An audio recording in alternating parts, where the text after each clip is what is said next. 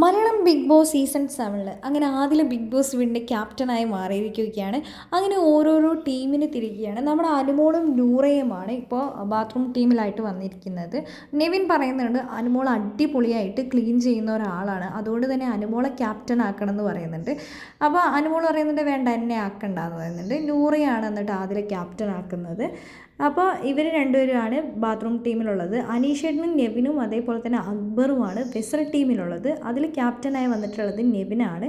അതേപോലെ തന്നെ ആര്യൻ, ലക്ഷ്മി, ബിന്നി. ഇതിൽ ലക്ഷ്മിയാണ് കിച്ചണിൽ ക്യാപ്റ്റനായിട്ട് വന്നിരിക്കുന്നത്. സാബുമാനും അതേപോലെ തന്നെ ഷാനവാസുമാണ് ഫ്ലോർ ടീമിൽ വന്നിരിക്കുന്നത്.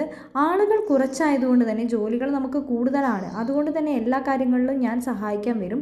കിച്ചണിൻ്റെ പരിസരത്തേക്ക് അനുമോൾ ഇനി വന്നേക്കരുതെന്ന് ആദില പറയും. കിച്ചണിൻ്റെ പരിസരത്തേട്ട് അനുമോൾ ഇനി വരണ്ടെന്ന് പറയുന്നുണ്ട്. ആരും പറയുന്നുണ്ട് അനുമോളെയും കൂടെ തന്നു കഴിഞ്ഞാൽ നന്നായിരിക്കുന്നത്. അപ്പോൾ ആദില പറയുന്നുണ്ട് ഇല്ല, ഇനി അനുമോളെ ഒന്നും തരില്ല, അനുമോൾ ഇനി കിച്ചണിലേ വേണ്ട, സഹായിക്കാൻ ഞാൻ വന്നേക്കാമെന്ന് ആദില പറയുന്നുണ്ട്.